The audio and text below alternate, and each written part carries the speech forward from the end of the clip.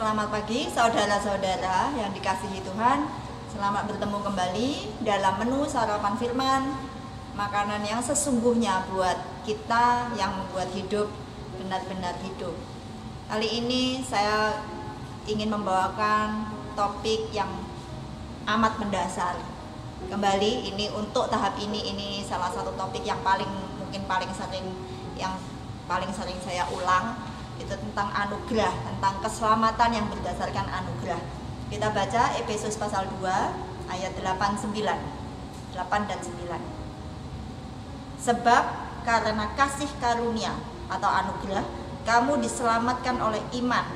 Itu bukan hasil usahamu, tetapi pemberian Allah. Itu bukan hasil pekerjaanmu. Jangan ada orang yang memegahkan diri.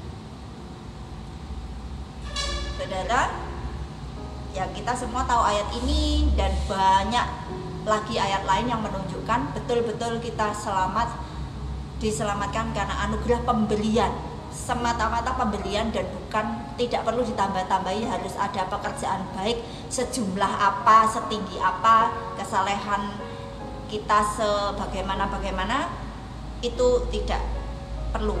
Secara doktrin, secara hafalan mungkin secara intelektual kita tahu, tetapi sungguh-sungguh di dalam kehidupan kita seharian kita, di mana kita banyak kelemahan, banyak kepleset, jatuh dalam pola lama kita, kebiasaan daging kita yang berdosa, itu kita kembali banyak orang-orang Kristen yang tahu ayat ini, yang mengaku dengan mulutnya bahwa percaya keselamatan hanya berdasarkan anugerah, itu tetap terganggu dengan rasa bersalah, rasa terhukum, bimbang.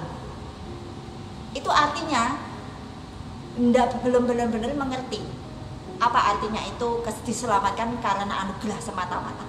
Itu artinya banyak orang Kristen yang berpikir demikian, yang terganggu dengan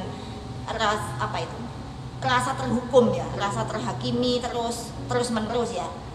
Kalau kita salah lalu ada rasa bersalah ya, itu sehat tentu saja, tapi bukan untuk supaya kita terus menerus berkubang di dalam hal itu. Tapi Yesus bilang ada anugerah yang sudah tersedia, kapanpun kita merasa bersalah kita pergi ke sana.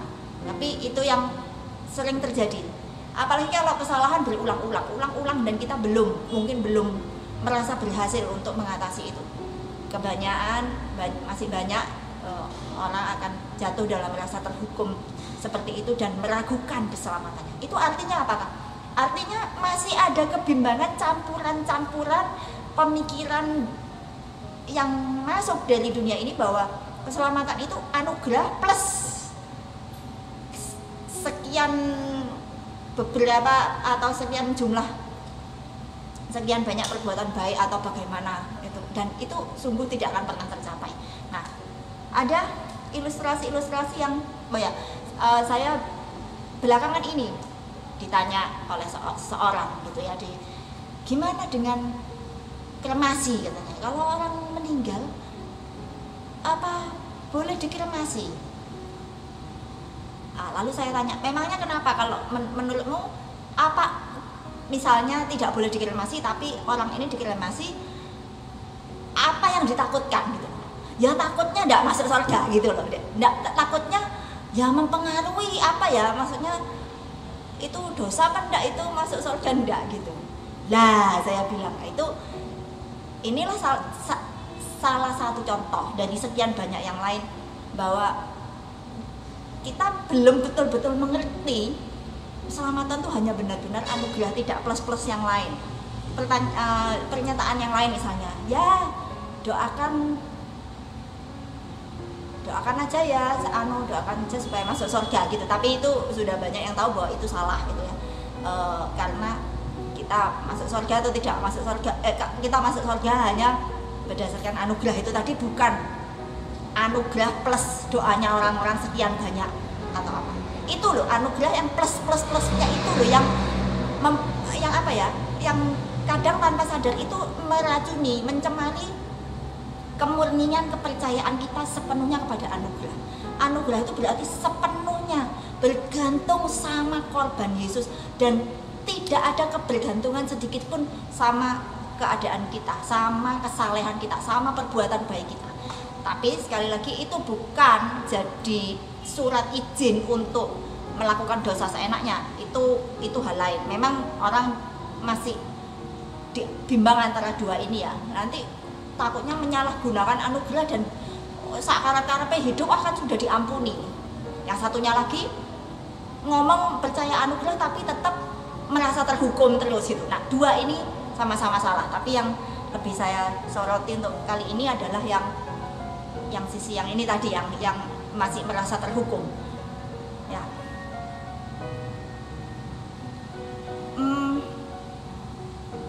Ada dua ilustrasi atau tiga, nah, tergantung waktu nanti saya akan berikan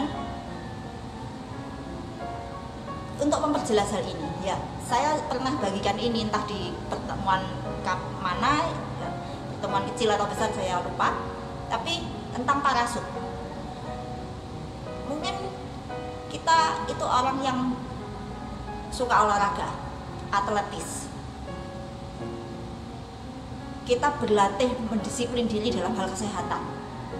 Lari sekian, jalan kaki mungkin yang sudah berumur, jalan kaki sekian-sekian, satu putaran alun-alun atau dua. Lalu yang lebih merasa lebih fit badannya, yang lebih memungkinkan untuk terus mendisiplin tubuh supaya lebih sehat lagi, larinya semakin hari semakin banyak. Itu semua bagus, itu semua merupakan ekspresi dari bahwa kita bersyukur dan ikut bertanggung jawab memelihara kesehatan kita. Itu dari Tuhan, tetapi kita memeliharanya sebagai rasa menghargai, sebagai sebagai tanda bahwa kita menghargai yang Tuhan berikan dan kita memelihara yang Tuhan sudah berikan kepada kita. Tapi entah apakah orang itu juga bukan hanya lari, bukan hanya ini, tapi bodybuilding atau dia itu pintar olahraga sampai atlet profesional yang basket, yang mungkin macam-macam dengan kesehatan segala macam. Tapi kalau dia sedang ada di pesawat dan pesawat itu sedang terbakar misalnya, semua orang harus terjun. Apakah bisa dia itu mengandalkan semua hal yang dia sudah latih dengan susah payah selama ini, dengan kedisiplinan sekian yang sangat bagus, yang sempurna mungkin atau mendekati sempurna, dengan kedisiplinannya menjaga makannya, diet makannya itu betul-betul diet yang makanan yang sehat-sehat dan tidak pernah mau makan makanan sampah, tidak banyak minyak dan sebagainya. Apakah semua itu ada artinya waktu harus terjun dari pesawat gitu? Lalu apakah semua kebaikan juga, saya akan terjun dari pesawat ini dengan mengandalkan bahwa saya ini orang yang sangat baik, saya tidak pernah dendam, saya tidak pernah berbohong, saya tidak pernah. Apakah itu bisa? Apakah itu ada artinya? Kalau sudah mau terjun dari pesawat, itu sudah cerita yang sangat berbeda, yang sama sekali seseorang tidak bisa mengandalkan apapun dari dirinya sendiri, kecuali dia mempercayai parasut yang sudah disediakan. Dan kalau dia percaya, dia akan pakai parasut itu, lalu dia terjun dan dengan itu dia selamat satu-satunya. Tidak ada apapun yang sudah dibangun selama ini, baik karier, baik keharmonisan keluarga, apapun itu sanggup menyelamatkan. Bukan berarti hal-hal itu tidak baik. Itu semua baik, kita mengakui. Kita harus mengusahakan keharmonisan keluarga, kita harus mengusahakan damai satu sama lain, kita harus mengejar tingkat pertumbuhan kerohanian yang terus lebih sempurna lagi. Tapi yang menyelamatkan tetap bukan itu. Yang menyelamatkan satu-satunya, kalau kita harus berpindah, melompat dari alam ini ke alam yang satunya, itu hanya Yesus Kristus yang kita kenakan sebagai baju. Itulah yang menyelamatkan kita. Tidak, yang lain itu baik, tapi bukan itu yang menyelamatkan. Yakinlah saudara, sungguh-sungguh salib Yesus itu, korban Yesus sudah sempurna, tidak perlu ditambah apa-apa lagi untuk keselamatan. Lalu yang ilustrasi berikutnya, ada kebanyakan orang beragama itu mengira masuk surga adalah dengan berbuat baik. Apa aja dah, mau Hindu itu hukumnya karma, entah bentuk surganya bagaimana, tapi dia bilang kalau karmamu, artinya perbuatan baikmu di hidup yang sekarang ini bagus nilainya, maka kamu akan dilahirkan di kehidupan yang akan datang itu dengan taraf hidup yang lebih baik daripada hidup yang sekarang ini. Gitu. Itu mungkin surga untuk mereka itu konsepnya seperti itu, atau ada nirwana, saya tidak tahu. Katanya nirwana itu kalau sudah lepas dari reinkarnasi, lahir kembali terus kalau sudah sempurna sekali maka lepas dari lingkaran terus menerus daur ulang ini dan masuk ke nirwana itu. Tapi tetap semuanya dengan perbuatan baik, agama apapun itu. Dan kalau kita anak-anak Tuhan yang katanya percaya korban Yesus, kalau kita masih kecampur itu berarti kita orang beragama, bukan orang-orang yang percaya dan diselamatkan berdasarkan anugerah.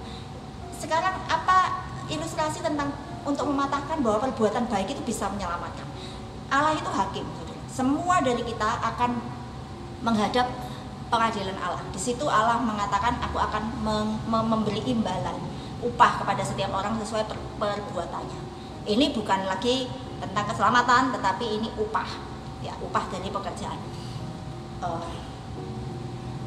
Lalu kalau misalnya kita di sini sudah bohong, mungkin sehari bohong 1 kali lah,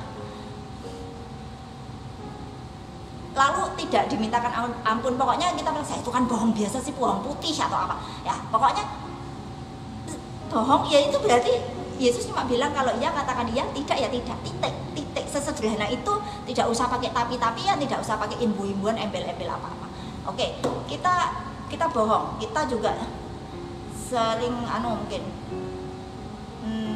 ada pikiran-pikiran jelek tentang orang, apa itu semua dosa. Lalu kalau kita berdiri di hadapan pengadilan Tuhan dan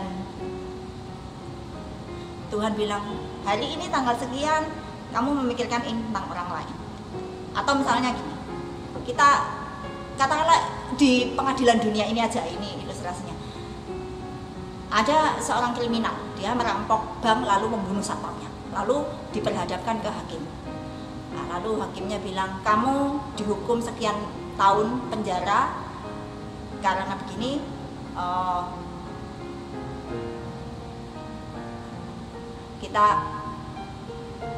kita beri kamu hukuman ya itu sekian tahun penjara. Lalu dia bilang, oh ya tapi saya bertobat, saya menyesal dan saya mau bertobat. Oh ya memang kamu harus menyesal dan bertobat, tapi hukuman ini perbuatanmu ini tetap harus ada hukumannya, karena keadilannya di situ. Kita jangan lupa Tuhan juga adil. Lalu orang itu mungkin bilang, loh tapi saya selama ini, ya ini memang saya salah, tapi saya kan ada perbuatan baik yang lain gitu. Apakah itu tidak bisa dipakai untuk mengkompensasi atau bagaimana? Lalu hakimnya akan bilang kamu ngomong apa gitu. Kamu yang sidang ini, pengadilan ini adalah untuk kesalahan yang ini. Kamu soal berbuat baik itu harus, kamu manusia ya harus berbuat baik. Tapi itu tidak bisa dicampurkan ke kesalahan ini untuk menutupi atau mengurangi, mengkompensasi dan sebagainya. Itu tidak bisa, tidak ada ceritanya, tidak nyambung, tidak masuk akal gitu. Kalau dia bilang begitu ya dia akan jadi bahan tertawaan seluruh sidang itu. Nah, begitulah saudara. Perbuatan baik kita tidak bisa menyelamatkan kita dari murka Allah. Hanya korban Yesus itulah semata. Jadi di dalam Yesus, di dalam anugerah, semua kemampuan, semua kebaikan kita itu tidak dianggap, karena anugerah itu melampaui, lewat dari itu semua. Kesalahan, kegagalan kita, kelemahan-kelemahan kita, dosa-dosa kita, itu pun ditutupi oleh anugerah itu. Itulah yang disebut betul-betul mutlak, total. Anugerah ini segala-galanya sudah sempurna, dan kita mengandalkan itu adalah satu kebebasan bahwa kita tahu bahwa keselamatan kita tidak bergantung sama apapun dari hidup kita. Kegagalan kita, kesuksesan kita, kebenaran kita, kesalahan kita itu tidak lagi diperhitungkan apapun. Hanya bergantung pada salib Yesus, pengorbanan Allah yang mengirimkan anaknya untuk mati untuk dosa-dosa kita. Itu dua ilustrasi yang memperjelas, saya harap memperjelas anugerah itu bagaimana, dan mari kita menikmati betul-betul kebebasan ini, kemerdekaan ini hidup di dalam anugerah dan bertumbuh di dalam. Sekian.